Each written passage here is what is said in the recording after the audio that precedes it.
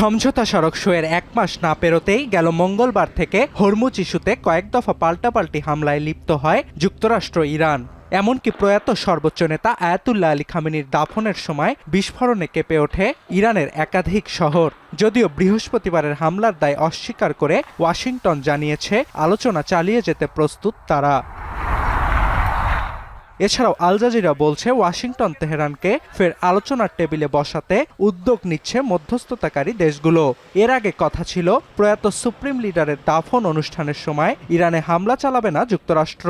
পাশাপাশি শনিবার অমীমাংসিত ইস্যুগুলো নিয়ে আলোচনার জন্য ফের বৈঠকে বসবে যুক্তরাষ্ট্র ইরান। তবে যুক্তরাষ্ট্র প্রতিশ্রুতি ভঙ্গ করায় ইরান ফের আলোচনার টেবিলে ফেরত আসবে কিনা তা নিয়ে তৈরি হয়েছে সংশয়। এরই মধ্যে ইসলামী প্রজাতন্ত্রের সাব বার্তা, হামলা চালালে আলোচনার টেবিলে ফেরত যাবে না তারা। যদিও ট্রাম্প বলছে ইরানের অনুরোধে আলোচনা চালিয়ে যেতে প্রস্তুত ওয়াশিংটন। এমন বাস্তবতায় মধ্যস্থতাকারী পক্ষগুলো দুই দেশকে আলোচনার টেবিলে বসালেও বিবাদমান ইস্যুগুলোতে কোনো সমাধান আসবে কিনা তা নিয়ে তৈরি হয়েছে ধোঁয়াশা।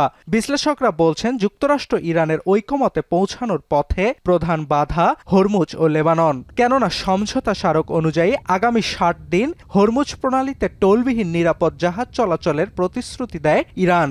এছাড়াও জলপথটির ভবিষ্যৎ নির্ধারণে ওমানের সঙ্গে আলোচনার টেবিলেও বসেছে তেহরান। কিন্তু মূল বিপত্তি জাহাজ চলাচলের রুট নিয়ে। তেহরান চায় সব জাহাজকে ইরান উপকূলের কাছ দিয়ে হরমুজ অতিক্রম করতে হবে। এটি অমান্য করে কোনো জাহাজ ওমান সীমান্তের কাছাকাছি রুট দিয়ে ভিড়লেই সেগুলোতে টার্গেট করছে আইআরজিসি।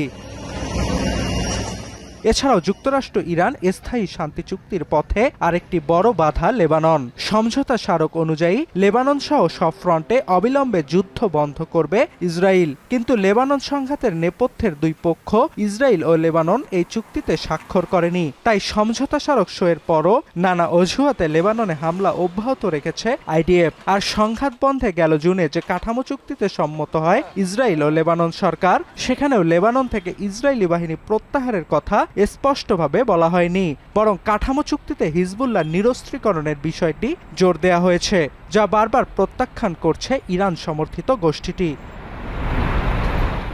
অর্ণব প্রসাদ, এখন বিশ্ব।